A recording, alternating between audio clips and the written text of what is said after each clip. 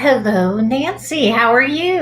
Oh, I'm fine, thanks, Lauren. How nice to see you.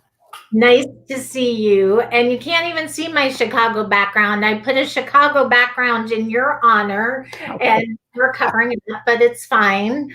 For those of you just joining us, I'm Lauren Van Hemert from RDU on Stage, and I'm here with my friend and colleague, Nancy Bishop, who just wrote a book, and I'm very excited about that. And we're going to talk about that, of course, but um, we're going to cover a lot because in doing this research, Good. I just didn't know a lot about you, and you're much cooler than I thought you were cool before. But Oh, now that I've done this research, I'm like, she's the coolest person ever. oh, well, then I should tell you about the room that I'm in. Well, I have a feeling the room you're in has to do with music, and Well, so it is my office, but it is a Bruce Springsteen shrine, a Bruce Springsteen tribute room. So I just thought I'd mention that. And I am going to ask you about Bruce Springsteen Okay. in a second. All right. First, I want to tell everyone Nancy is a poet, a theater critic, a journalist. You spent most of your professional life in public relations, marketing, doing freelance writing, and now that you're retired, and I'm going to put that in very loose quotes. Yeah. um, you serve as the editor and publisher of Third Coast Review, which is a Chicago-centric arts and culture online magazine. You're a member of the American Theater Critics Association, which is how we know each other, Right. and a 2014 fellow of the National Critics Institute at the Eugene O'Neill Center. So we have a lot of ground to cover, and we will talk about Bruce Springsteen, because that was the coolest little fact I found out about you in my research that I really didn't know. If you have any questions on Twitch, YouTube, or Facebook as we're going along, just post them in the chat and we will get to them.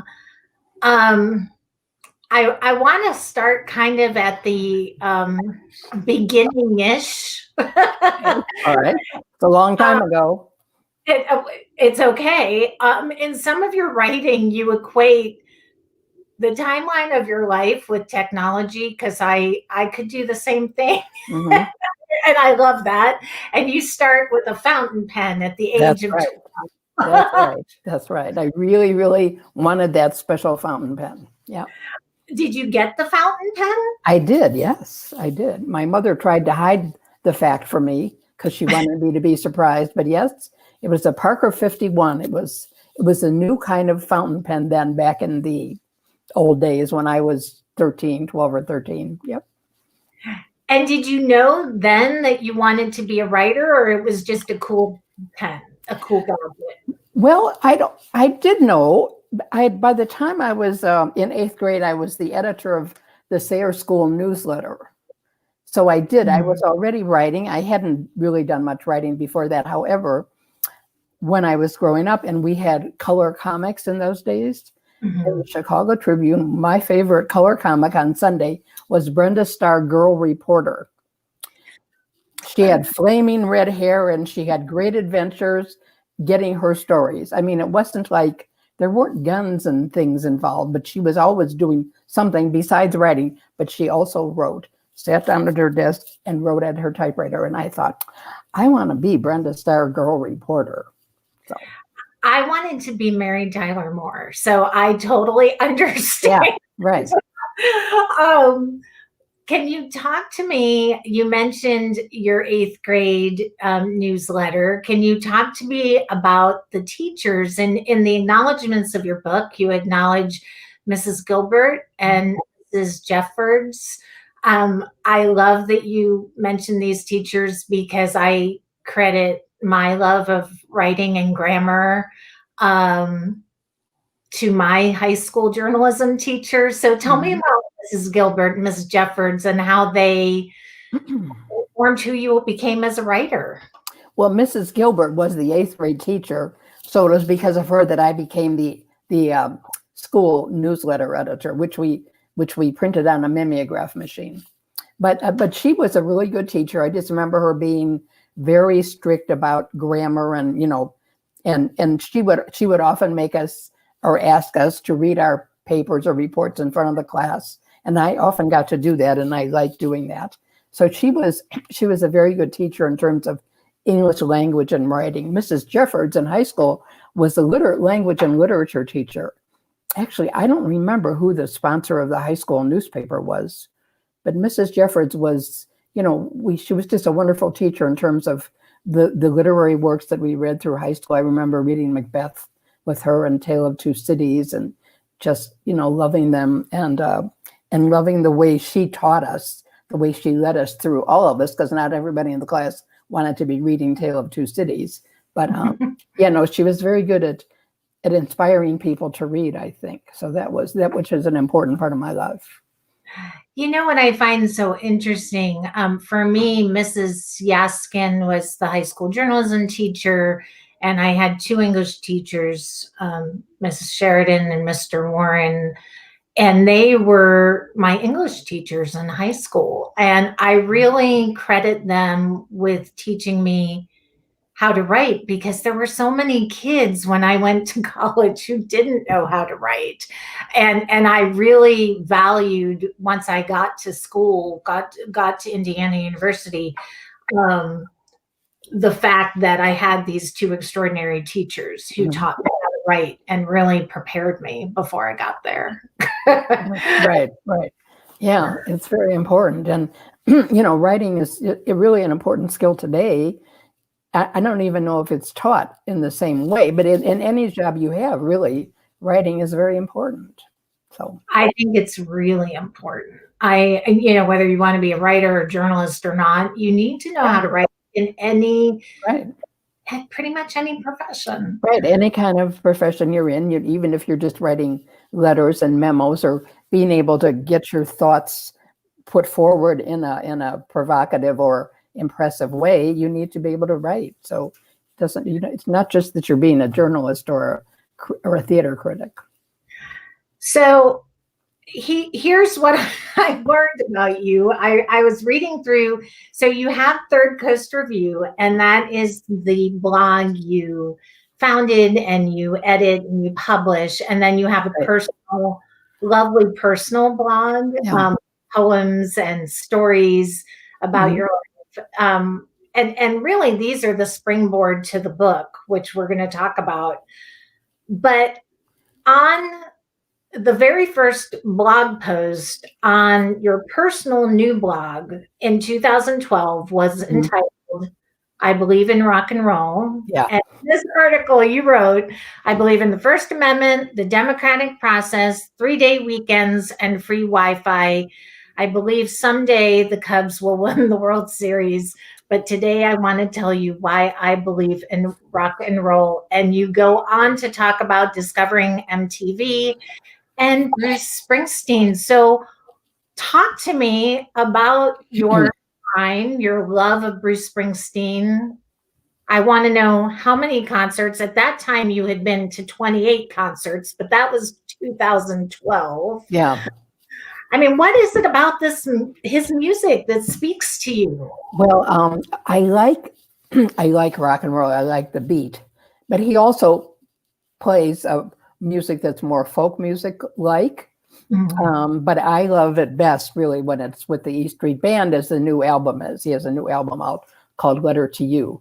I like the stories he tells. Many of his albums, for instance, if you wanted to meet Bruce Springsteen as a storyteller, you would listen to an acoustic album called Nebraska from the 1980s, which are almost all the songs in it are stories.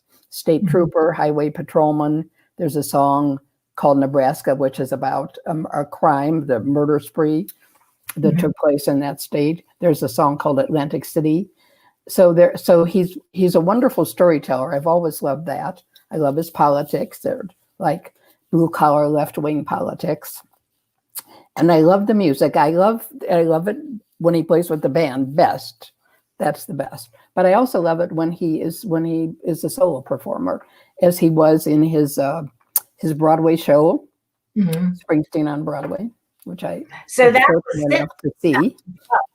Right? that's at least 29 concerts if you saw that. Yeah, actually, it's about 36 or 7 because in 2016, let me think. Well, in 2012, which was the year I retired from making money, I went to 6 concerts because as sort of my celebration for retiring, I wrote to friends all over the country who were in cities where there was going to be a Springsteen concert, and I said, "I'd love to come and visit you and spend a few days, and I'll take you to a Springsteen concert." So that was 6 concerts, including two in Chicago. So, but yeah, it's about 36 now. But there are plenty of people who are in triple digits.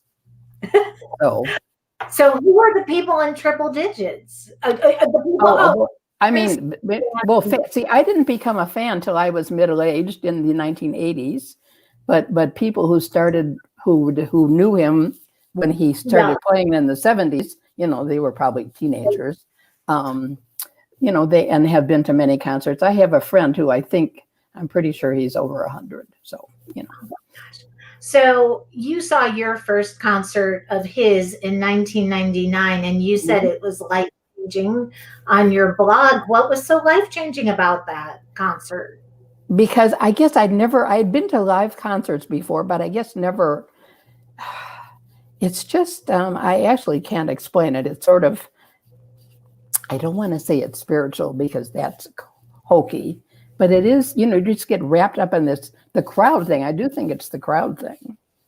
Everybody's standing up most of the time, singing along, fist bumping, clapping. It's an amazing mass experience. It is, as is all, I think, so many live experiences have some sort of energy and electricity. I think that's right. Yes, that's why live theater, as much as I think virtual theater has something to say for it, live theater is magical. I want to talk about the theater and then get into the virtual stuff, but I know way before you became a theater critic, you were seeing tons of shows every year before you were writing theater. So do you remember your first show? Do you remember when did you start going to the theater? Well, I do remember that my Aunt Belle, who was a single woman, my mother's sister, she was a secretary and a piano player, and as I said, a single woman. And she liked to take me to things, I think maybe partly because she wanted someone to go with. So by the time I was a young woman, or maybe at least 12 or 13, she would take me to the theater. And we went to, I remember particularly, I think I was maybe only 10, going to a Christmas play at the old Goodman Theater in Chicago, which is not where it is now, but in an older theater, which was actually stuck on the back of the Art Institute of Chicago. But I remember that play, and I don't remember the play. I just remember it was a holiday play with elves and things and Christmas trees and Santa Claus and songs. It wasn't a Christmas Carol though. But anyway, that's the first play I remember. Otherwise, I don't think I could remember what the first play I saw was as an adult. Did you go to the tours with your aunts when they came to Chicago? I remember, no, I don't remember seeing any touring shows then with her. But when I was in college, I went to, before I went to Missouri, which is where I got my journalism degree, I went to University of Illinois at Chicago, which is now a 4-year school, then was a 2-year school. And I had this wonderful English professor, and I added him to the acknowledgments, even though I cannot remember his name. It just makes me crazy.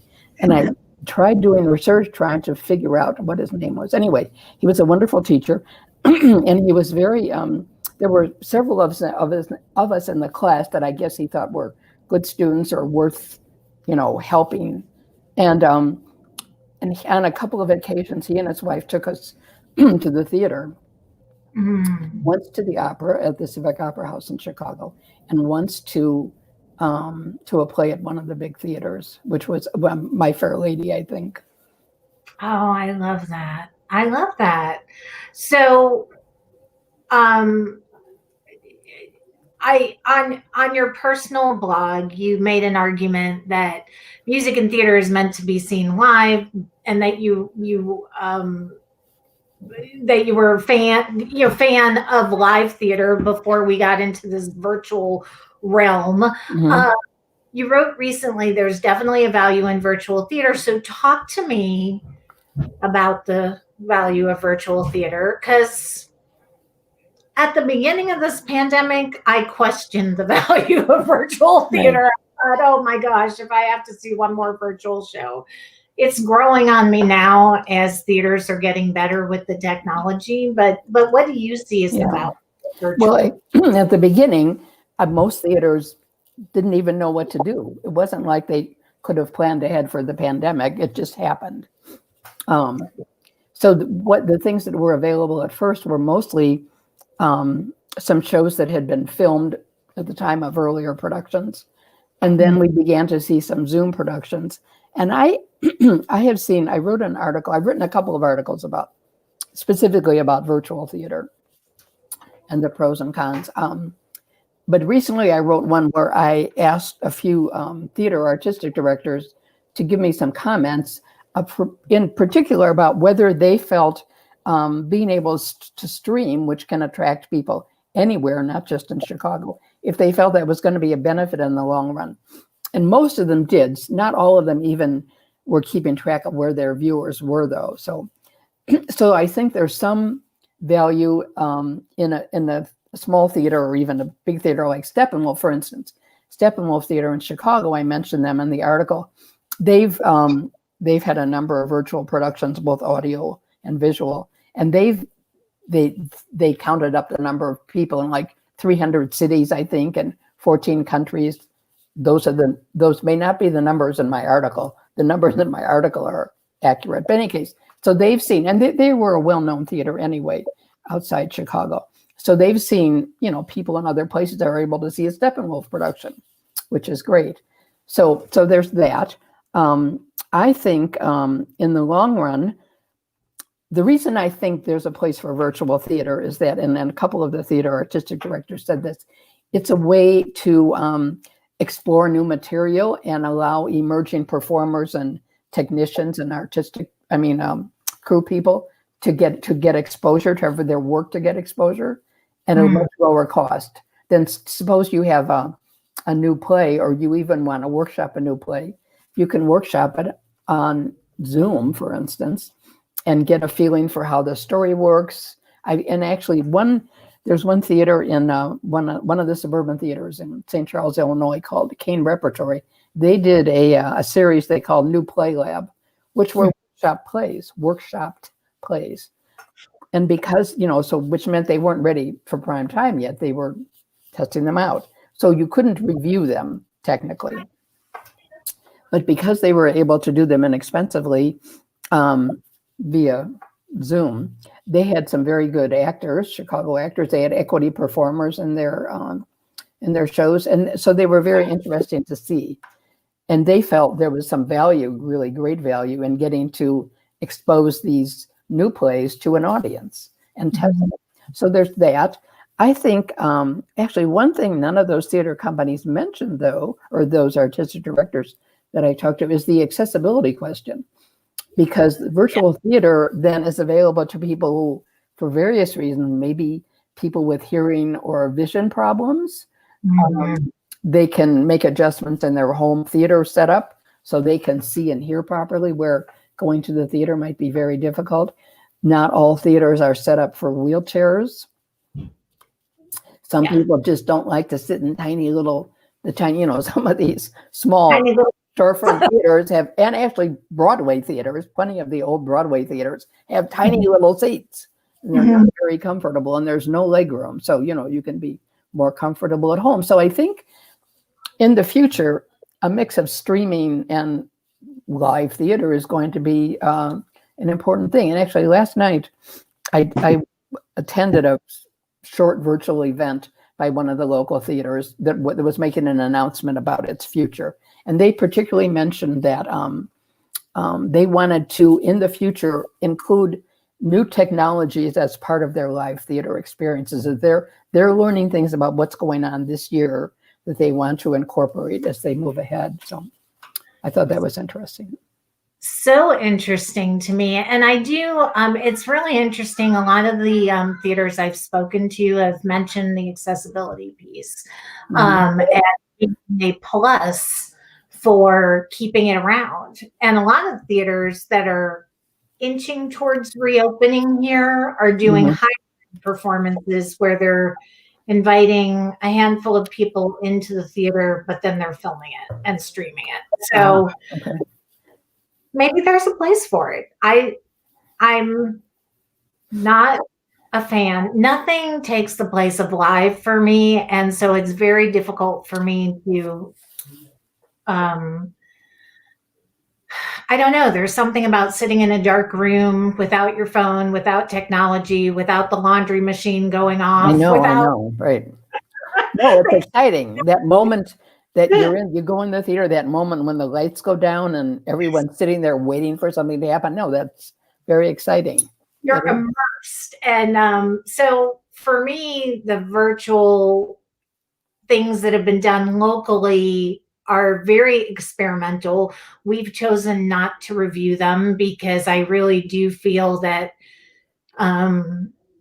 theaters are all over the place with the technology piece of this and their knowledge of the technology. But what are some of the strongest or the best virtual productions you've seen during this pandemic?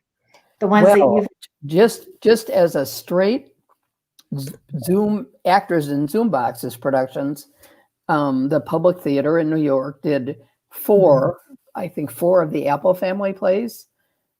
I saw the last two. In fact, actually, the first two might not have been virtual because, I don't even remember how many of those plays there are. 7, maybe? Anyway, but I saw the last two plays, which now I can't remember the names of. But anyway, so if you remember the Apple Family plays, it's a family that's in Rhinebeck, New York. There's siblings and husband and so forth. Anyway, so there were 5 actors in these plays. One sister and her boyfriend who were not in the same place, and another sister and her brother who were in one place, the family home in Rhinebeck, and another sister. Two sisters. There were 5 actors in Zoom boxes. Those plays, of course, are so beautifully written, so emotionally strong, such wonderful family stories. And you see these actors perform, and you feel confident they are relatives. It just seems like they are relatives. And of course, that's because these are great actors and it's great language. So those were probably the best things that I saw. I saw some really interesting, some Chicago plays though that I thought were really good. Do you think there's a place for reviews of these virtual productions? Because I'm on the fence. Well, no, actually, some of them in Chicago have been reviewed. I've reviewed some of them. A small theater called Theater Y did young Jean Lee's. Is that how you say your name? Young Jean Lee's play We're Gonna Die.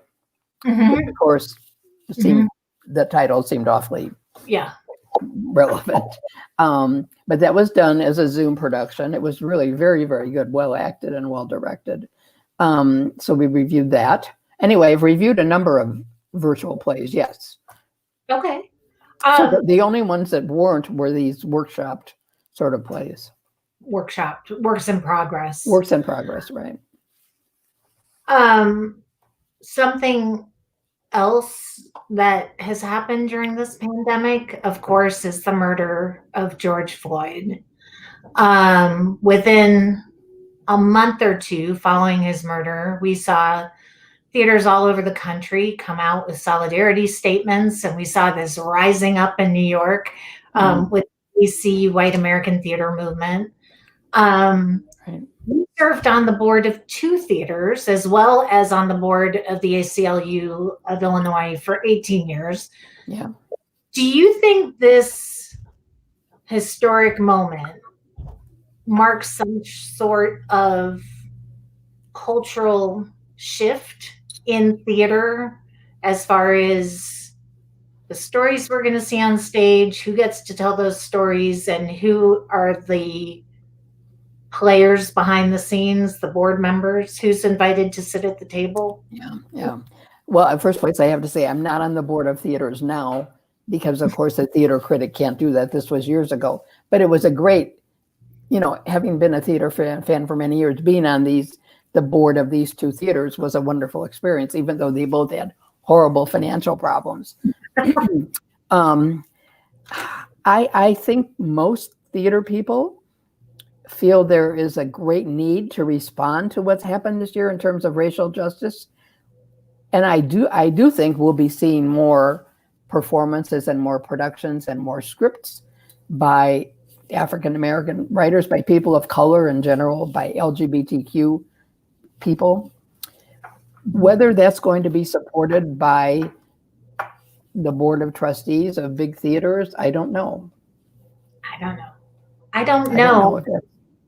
I wonder if when theaters reopen, are we going to go back to business as usual, or are we going to have a new normal? I don't know the answer, but well, there has to be a new normal. But and even just in the last few years, we have been seeing more plays with scripts by people of color, more casting, even though there are still some horrible examples of yellow face and things like that you could bring up that have happened in the last couple of years. I think the people who are the actual theater makers, I think they want to do that, most of them. Mm-hmm. Whether they are able to do it financially, and I don't know. I don't know. I really think they have to. They have to broaden their audience base, for instance. Yes. I think broadening the audience may be as important as expanding the kind of theater that we do, because the audience base tends to be white and older. It does, and I think it's we've spoken a lot on this program about how the theaters can make the theater itself a more welcoming place to a diverse audience. And, I think at least here, I'm hearing folks try to figure that out, and I hope it sticks. I do. I hope it sticks. Right. Well, now, Jeremy, let's see. What was the playwright who wrote Slave Play? Jeremy Harris. Jeremy O. Harris. There was at least one night of that run when it was on Broadway, and it was an amazing play, by the way. Just an amazing play. I loved it. But there was at least one night when all the tickets in the house were very, very inexpensive. Like, I don't know how much, $10 or something, or free. But in any case, very inexpensive, because he insisted that house had to be people of color for that night. It was a blackout performance. That's right. In the New York Times. And I think that is fascinating. We had a production of the Scottsboro Boys, and I had done an interview about the Scottsboro Boys last fall, and the person I interviewed, we talked about if blackout performances should be a thing to get more people into the theater. I think cheaper tickets are certainly important. I mean, I worry when I go to the theater and all the people are my age, but there are some theaters, some small storefront, and Chicago is full of small theaters. We have about 250 theaters, and probably 200 of them are very small. But anyway, there's a few of them that, the kind that have 50 or 60 seats. And when I go to those theaters, there are a lot of young people there, and that's because they have cheap tickets.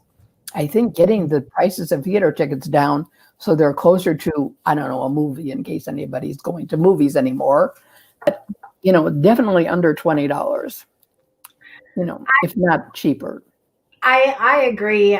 We have a few smaller theaters here, and they really are a tremendous value versus the big national tours that are coming through, which the tickets, Hamilton came through, the tickets were really cost prohibitive. People just ridiculous. Yeah. Ridiculous. Yep.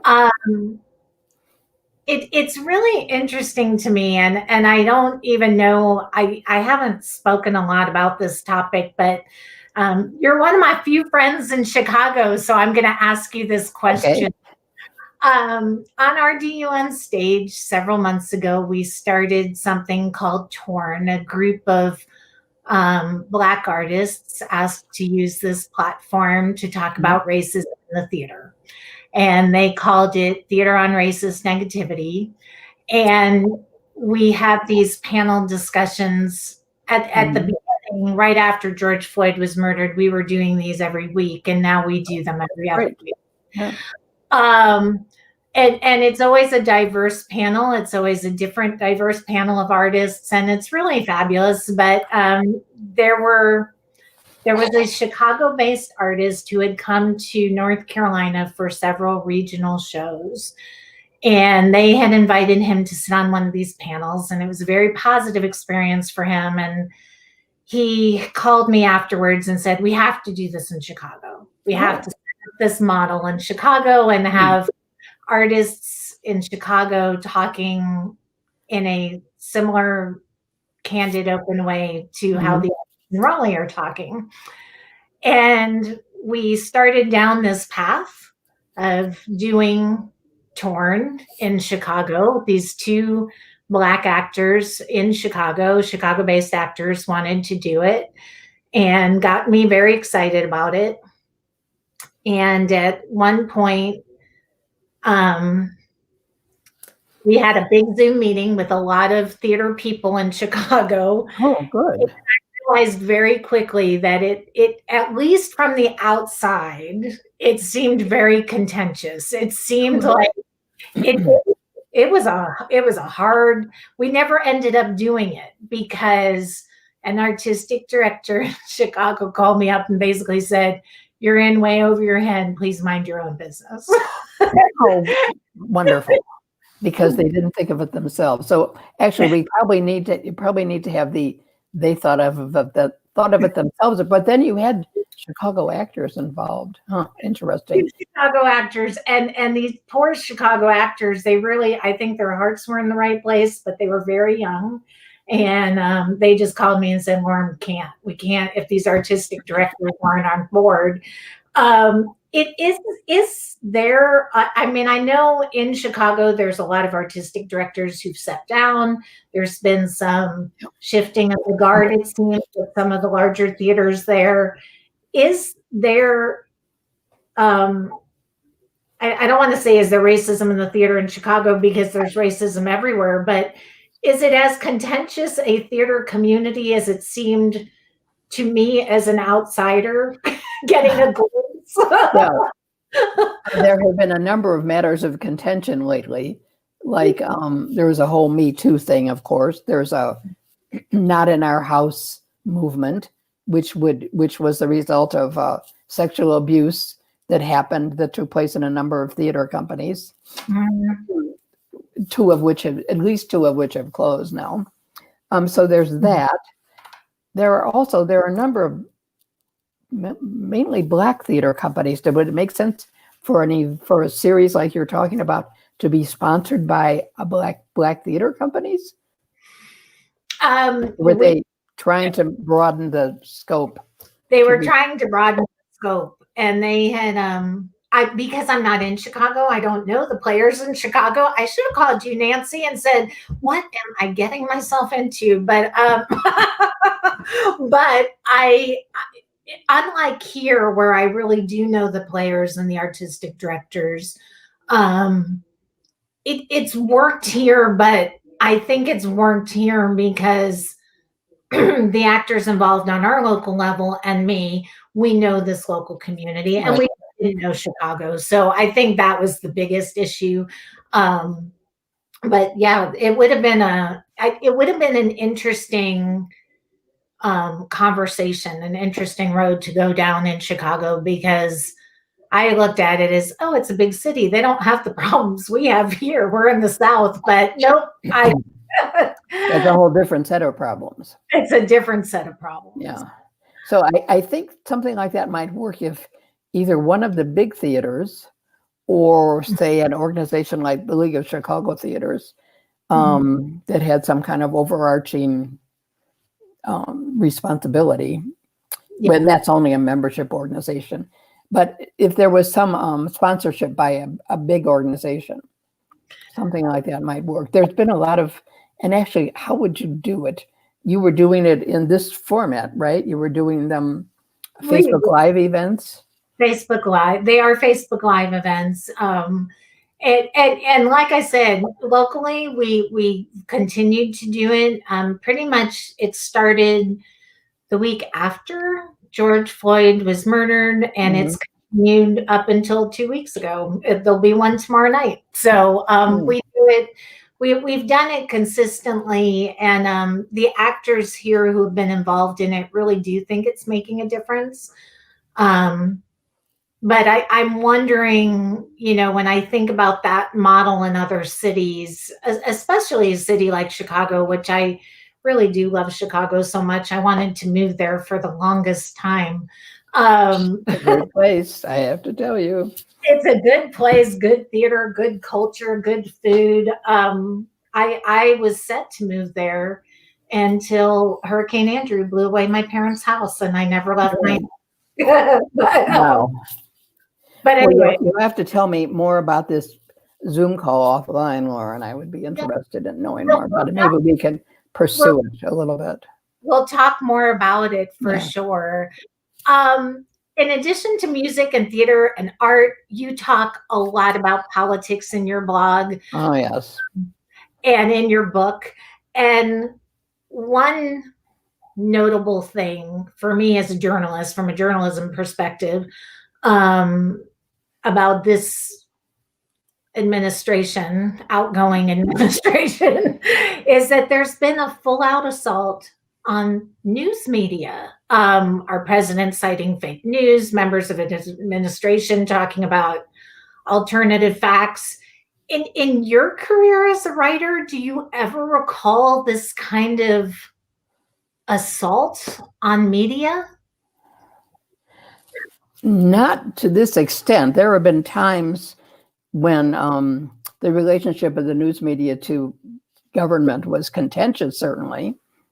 And there probably was, and I don't remember this very well, but I would imagine there was some of that during the civil rights era in the 60s, when some news media were pushing for more action and others were not. For instance, the Chicago Tribune has always been considered a very conservative paper. And back in those days, it was really conservative. But no, I don't remember this kind of assault, although there have been, I think if you did some research on this, and you've caught me off guard, because I like to talk about something after I've researched it. I don't remember, certainly not a public official at the level of a president doing something like that. That is just ridiculous and so totally execrable. I cannot even put words to it. And, even suggesting to his base, to his fans, that they should have physically attacked journalists. I mean, really, just totally, it's just, yes, it's horrible. And do you think that this kind of distrust he's inciting on the media with his followers, do you think that long-term that hurts freedom of the press or hurts? Yeah, no, it does, of course. Well, and certainly, apparently, some significant portion of the American population, 70% of Republicans, certainly his base, which is like 30-ish% of the voting population, I think, one, admire him, respect him, or love him. So they probably agree with that. And then these 70% of Republicans who think the election was rigged and fraudulent, So yes, I think we have a long way to go to building up some kind of trusting relationship between the news media and government and political figures and the political parties. Actually, I don't see how the Republican Party can continue because it's now a Trump cult. Did you really want to talk about this, Lauren? It's a cult. Well, it is. I mean, I just don't. My husband and I talk about this all the time. The brainwashing of it is. It's brainwashing. It's the crazy. fact that 126 members of the House signed on to that two briefs in that lawsuit that the suit brought to the Supreme Court last week. That was just, I couldn't believe that. Well, and we're 42 days after the election, and finally Mitch McConnell conceded that, oh, yeah, I guess he is the president-elect. Yeah. Well, he was waiting for something official, like the Electoral College. Crazy. No, I think we have a long way to go in a lot of kinds of healing and building up a. It's not so much the reputation of the press. The news media have to work on it too. They have to stop paying attention to every single thing that Trump does. They have to move on. I hope they don't have a press base at Mar-a-Lago after he moves down there. We do not want an ex-president to have a press base there. That would be horrible. Yeah. So that's part of it. Yeah, I think it's a severe problem. When I graduated, all I wanted to do was I wanted to work in television, but I really admired newspapers. When I first went into college, I wanted to write for a newspaper. That was my dream. And by the time I graduated, I wanted to work in television. How have you seen journalism? We're both bloggers. How have you seen journalism evolve since your days at Missouri? Well, when I got to Missouri, I was a junior, of course, because I'd been at UIC for 2 years, and I wanted to major in journalism in the news side. And it soon became clear to me that this was back in the 50s, that as a woman, I wasn't going to be able to cover real news. I was going to have to write what someone my age called lady stuff. That's what I would have to write. And in fact, the one job that I had, well, actually both of the newspaper jobs that I had involved covering stuff, boring stuff. And I hardly ever got to cover the city council or anything. Anyway, in college, I decided to change my major from news to public relations. So when I graduated, so that's which we called industrial communications, I think, or something like that then, anyway, at Missouri. But anyway, so that's what my major was, not news editorial. And let's see, I worked for the Columbia Daily Tribune for like a semester. I had gotten married at the end of my senior year, and my husband was finishing his master's degree. So I worked for the local daily newspaper for, 4 or 5 months, doing lady stuff, writing about weddings and showers. But it brought a paycheck in. So.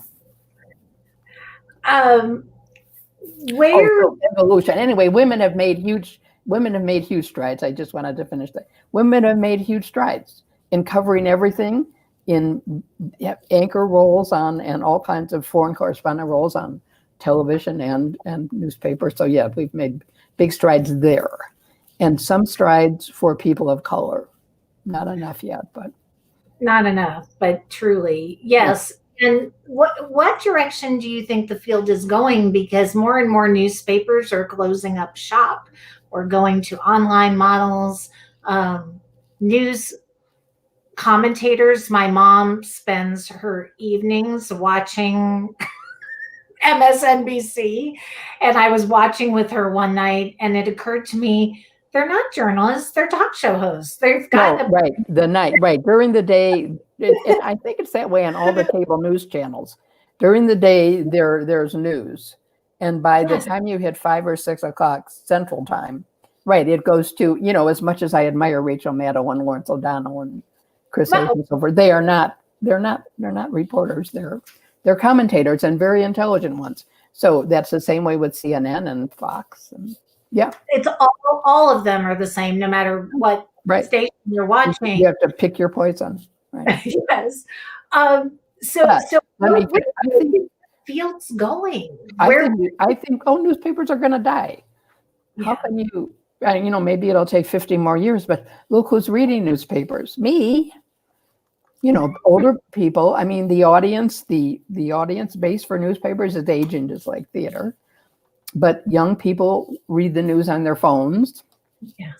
Well, I read the news on my phones too, but on my phone too. But in any case, so and that considering that newspapers at the time of the internet, I have one. There's one essay in my book called, actually I can't remember the title, something about the revolution started and we weren't prepared for it. And this was the case with many businesses, but newspapers in particular. You know, this internet revolution came, all of a sudden people were reading things on screens, and the newspaper business, like, didn't that they have strategic planners who could figure out what was happening? And a lot of businesses had the same problem, but they were totally like caught off guard, and they didn't, it took years to figure out any kind of a model, any kind of a pay model, and only a few newspapers are even half succeeding with that now. The Times, the Wall Street Journal, the Washington Post, I think they're doing pretty well with the pay model. And getting subscriptions, but I think most newspapers will die. We'll probably be left with a few big national ones for a while. Yeah, no, I think they'll. Besides, who knows what the world will be like in 50 years? So kind of. It won't have newspapers. No, I don't think so. Not like you and I. Not like you and I know newspapers. There's something about turning a newspaper, getting the ink on your hands. That's right. You're a blogger. You've got two blogs, the Third Coast Review and Nancy Bishop's Journal. Where do bloggers fit into the journalism canon? Because some might argue that we're not real journalists, that anybody could be a blogger, or anybody could have a podcast. No, that's right. Well, and that's the wonderful thing about it, isn't it? I mean, it provides this opportunity for expression to anyone. Yeah. Most bloggers are not journalists in the sense that we would be thinking about in terms of newspapers or television. Actually, that's an interesting dilemma, isn't it? What happens to the real news? Where does the real news coverage come from when newspapers die? And actually television probably has a smaller audience than it used to too, because people are, maybe they'll, actually books are having a bit of a revival. The book publishing industry, everyone thought it was going to die, and it's kind of coming back. Certainly books are having some revival. People like to read books on paper, it turns out, not just on devices. So maybe there'll be some new form of news presentation that nobody has figured out yet. There's a kid in Schenectady. He's 10 years old right now, and he's going to work on it.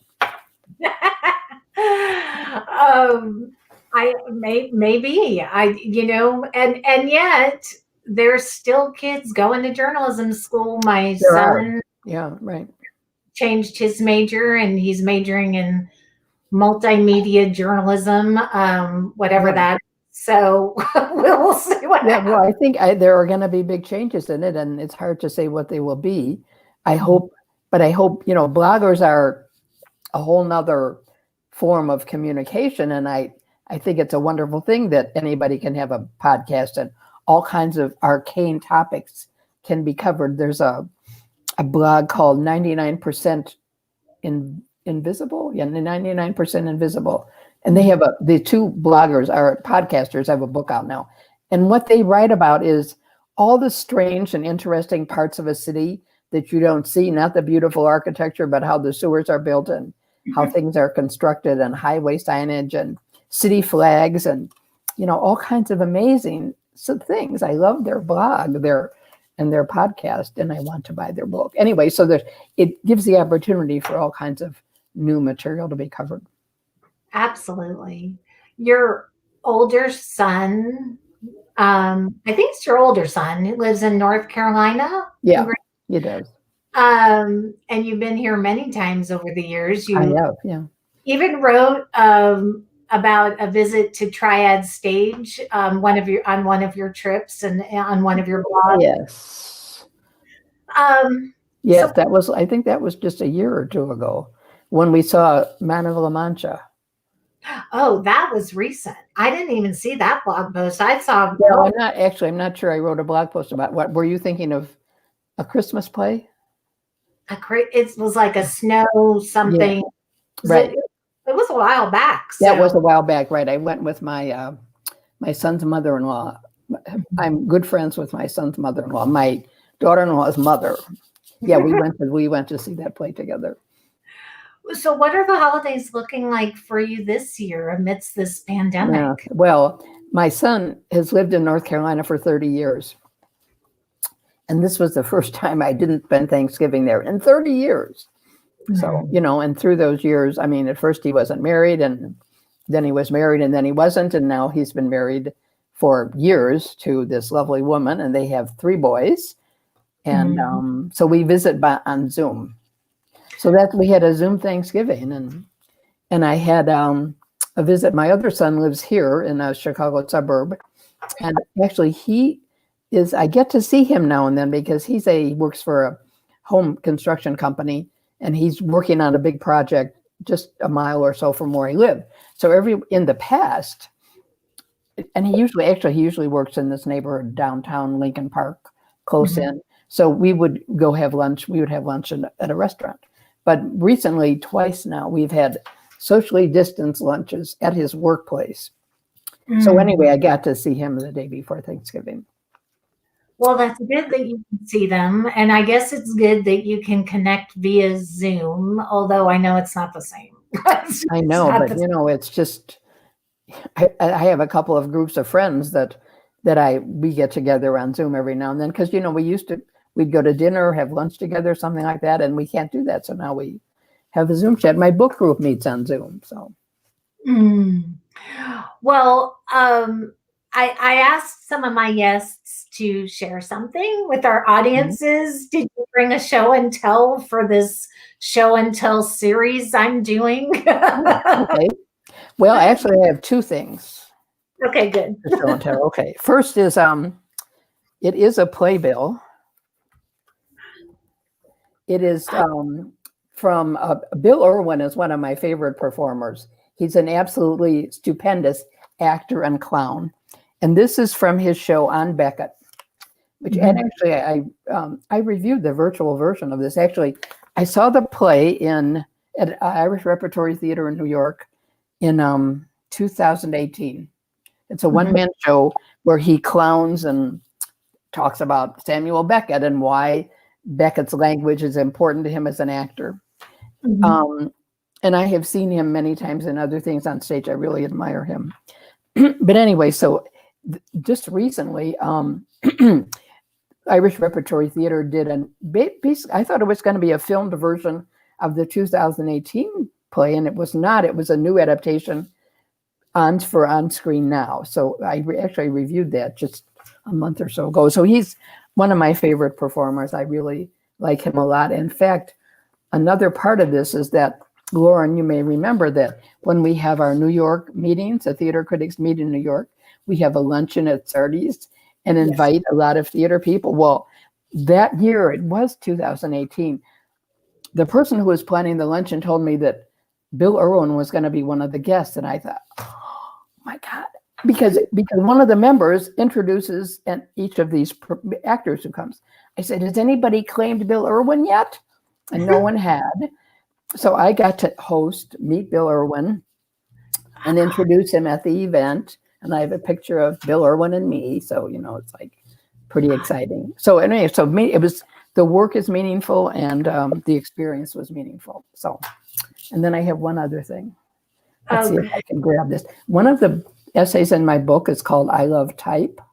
Mhm. Oh, yes. Yeah. Yes. And it's about my lifelong love affair with letter forms from the time I worked in my father's print shop. So Mm. this is not from my father's print shop. Let's see if I can show this to you. This is, I have to do this right. This is, and now I've messed it up. These are 5 letter forms made from metal. Mhm. I'm trying to there. Okay. Yes. And these are different sizes and fonts. And it happens, my son and my Chicago son and his wife bought them at an antique store. But this is the way type was set in the, well, even until the linotype machine was invented. Type was set letter by letter. Sure was. Right. And then the linotype. So this is kind of. Did your father, did he do letterpress? Yes, he started as letterpress. In fact, he bought his shop in like 1929, and it was letterpress completely. And he didn't, a lot of what he printed didn't have a lot of type in it. Like he printed menus for the railroad, and he printed insurance forms that just needed extra stuff printed on them. So a lot of his type was set by hand by these two old guys who worked in his shop. And I tell in my essay about how I kept asking them if they would teach me how to set type by hand, one letter at a time. And they finally did. One of them did. And so I learned how to set type, and I would practice when they were having lunch. So that was my first introduction to type. And that's always been important to me as on paper or whatever. I love that. That is a passion of my husband and mine too. And Really? we went to Nashville a few years ago. And I don't know if you've been to the Country Music Hall of Fame in Nashville, but in the lobby of that building is an old letterpress print shop. Really? No, I've been to Nashville a few times, but I haven't been to the Country Music Hall of show. Fame. You can take a tour. It's fantastic. Did they do show? Was it a letterpress, a press that printed show posters? They printed for the Grand Ole Opry. Right. And I think I've heard of that company. Yeah, that old company. It's so fascinating. I will send you the link because it's good. I would love to. History and there's my niece goes to my grandniece actually goes to college in Nashville, so I'm sure there ought to be a reason to go to Nashville sometime after the pandemic ends. Yes, we are not big country music fans, but we ended up spending an entire day at the Country Music Hall of Fame and at show print. It was, and they do print show posters. They print music posters for all the music stars who come through the Grand Ole Opry, and they print commemorative posters for our big touring house here in Raleigh or here in Durham. That's great. So, and they still do it the old way with the letter press. One letter at a time. Individual letters. It's fascinating. Yeah. So, you wrote a poem about the pandemic. I think you called it a pandemic poem. And you said it is a blessing and a nightmare. Right. And you wrote, this time of enforced solitude is a writer's dream within a nightmare. I know you finished your book during this pandemic. Right. Has this period of time nurtured or hindered your creativity as a writer? Well, I mean, it was a matter of time. I'd wanted to put a book of essays together for years, and I sort of fiddled around with it. But it wasn't until because normally in the old days, a year ago, I would have been reviewing 3 or 4 plays a week. So that's going to the play, having dinner with a friend, because you can ask the theater for 2 tickets if you're a critic. So I would always take a friend. Anyway, and then I always spent more time than I should have writing the review. But anyway, basically it's a day, 3 or 4 days a week involved in writing, in viewing and writing. So I didn't have that to do anymore. And I realized that other than, the work, there's administrative work that I do for the website because we have about 30 people who write on different things. And I don't proofread everything, but I am a bit obsessive about that. So there's other things to do, administrative stuff, which takes up most of my morning. And then I realized now I don't have to write theater reviews anymore. I can work on that book.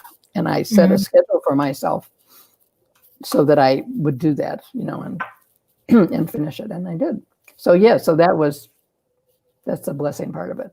That's the only blessing part of it. Wait, but you asked me, did I find it or hindering? No, because of the time available, it made it possible to do it. So yeah, and I think I've read more books in the last 9 months too, but yeah, which is good. Well, I posted your website along the bottom of the screen. The personal blog is nancybishopsjournal.com. The review site where you review everything, not just theater, but you Right. review music and art, is third. I don't, but yes, and video games. We're very big on video games. Yes, thirdcoastreview.com. Yeah. And then the book, Chicago Girl, Essays on the Arts, Politics, and Life, is available. I did see it on Amazon. I know it's available on the publisher's site as well. It's on bookshop.org as well. So I hope everybody will get it and read it. I hope so. Really enjoyed, as I was diving into this interview, reading the blog posts. I found myself, it was like a rabbit hole, Nancy. Yeah. I found myself, I read one blog post and I was like, oh, I'll read another one. And then hours later, I'm still reading your blog. So. Oh, Lauren, that's wonderful. I love it. No, I haven't been writing as much on the blog lately. I mean, I used to write a couple of times a week, but since I started writing for Third Coast Review, I have not written as much for the blog, but I try to do something once a month. I hope to see you in North Carolina or New York sometime in the next year. Hopefully we will get past this crazy time. I look forward to that. And I do hope to get to Chicago. Like I said, I really had big plans to move there and work for Oprah. That was my dream, graduating from college. Yes. And I came home. The idea was that I was going to come home and spend a few months with my family before I moved to Chicago. And while I was there, Hurricane Andrew blew away our house and oh my gosh, derailed our plans, or my plans anyway. And I never left Miami. But well, you must come visit and tell me before you come. We'll find. Oh yeah. I hope don't come until we have theater again. No, I can't wait till we have theater again. And it's a great place for theater. It is. But thank you for hanging out with me tonight. I've enjoyed it. Thank you for inviting me. It's been wonderful. I really enjoyed it. I enjoyed it too. And we see each other at conventions. We've seen each other last couple of years at conventions, and it's like ships passing in the night because we see each other during breaks and then we're back in our session. Right. This was lovely. This was great. Thank you so much. Thank you. And everybody come back tomorrow night at 7:30. Juan Isler will be here with Shonda Branch, and they are doing a modified version of Torn, Theater on Racist Negativity. They are going to be discussing Christmas carols and Christmas music, and Black artists who make Christmas music. So it should be a really interesting conversation. Come back for that tomorrow night at 7:30. Nancy, just stay safe and healthy. Thank you. I'm trying. You too. And I hope to see you soon. Thank you, everyone, for watching. All right. Good night. Good night.